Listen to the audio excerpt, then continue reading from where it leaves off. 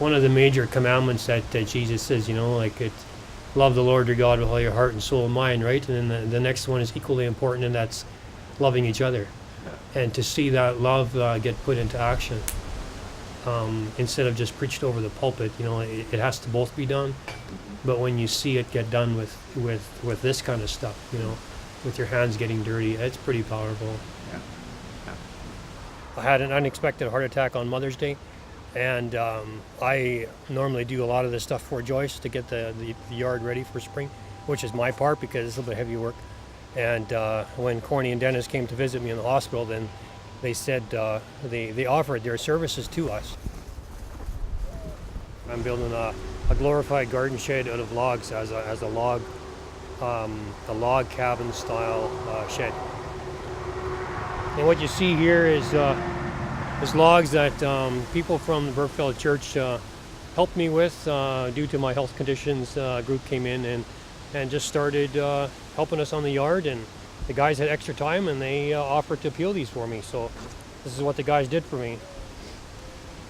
The guys had never done it before, yeah. And so I kind of gave them a little bit of a show as to how do you start. Mm-hmm. And I think it took you guys, an hour and a half, somewhere around there. Yeah. And it came off in big strips, and they cleaned it all up and actually loaded it all up. There's no evidence of the bark, and hauled it all to the compost, and within 2 hours it was all done. It was an unbelievable day.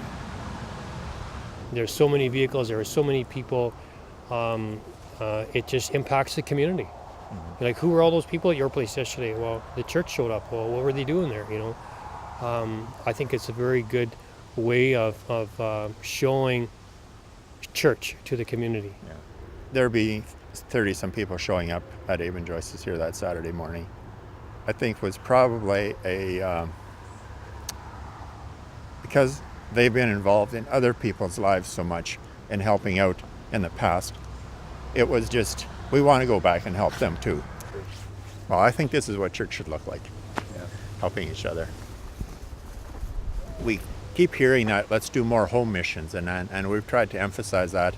And I think if we have a healthy church at home, I think that just spills over and to our neighbors, not just church people, but to our neighbors, and have a burden to share the gospel with people all over the world. When we think of missions, we're thinking, our first thought is, we're going to go to have a DVBS, or we're going to spread the gospel, right? Like, that's very often what I think when I think missions, right?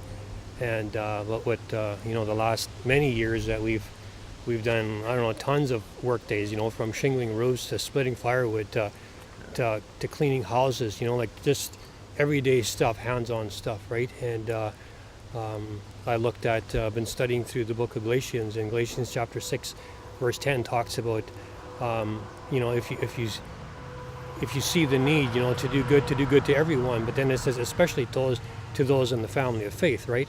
And so then it just kind of spoke to me that, this is missions, this is ministry. Like, even though I didn't need to hear the word because I believe, but to see 32 people from a small church to say, my work isn't really that important today. We ought to go help somebody who needs help.